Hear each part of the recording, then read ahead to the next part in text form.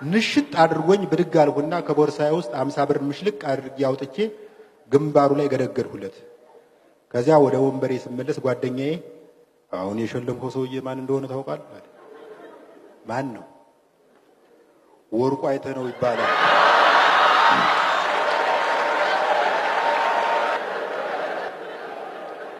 በአሁኑ ጊዜ የአገሪቱ አንደኛ ሀብታም ነው። የሀብቱ መጠን 2 ቢሊዮን ብር ይደርሳል አለኝ። አሁን ወደ 2 ቢሊዮን ነጥብ 50 ከፍ አደረኩለት ማለት ነው።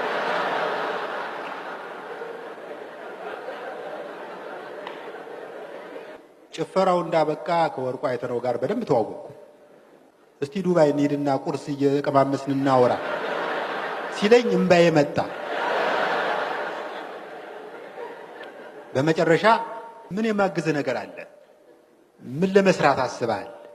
የቅርብ እቅድስ ምንድን ነው አለኝ። እኔ እንኳን የቅርብ እቅዴ በቅርቡ ካቋቋምከው የዘይት ፋብሪካ ብዙ ሳይርቅ ባለ 5 ኮከብ ፓስቲ ቤት መክፈት ነው። ከአብሮ መኖር ዘይቤዎች ሁሉ በጣም ፈታኙ ትዳር ይመስለኛል። አንድ ቀን ከባለቤቴ ጋር አወላልቀን ስናወራ ፍቅር አለችኝ።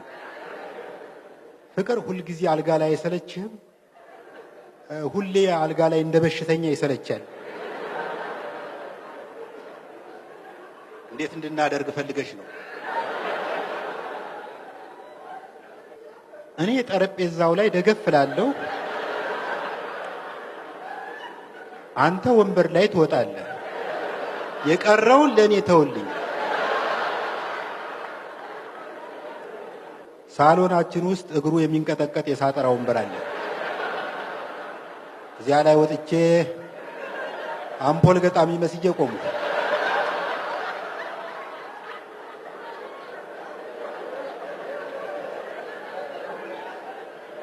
ከአንድ ደቂቃ ምናምን ሰከንድ በኋላ እሷ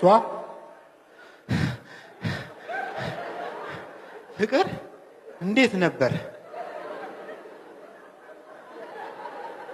ጥርሴን አስለቅመሺ ነበር።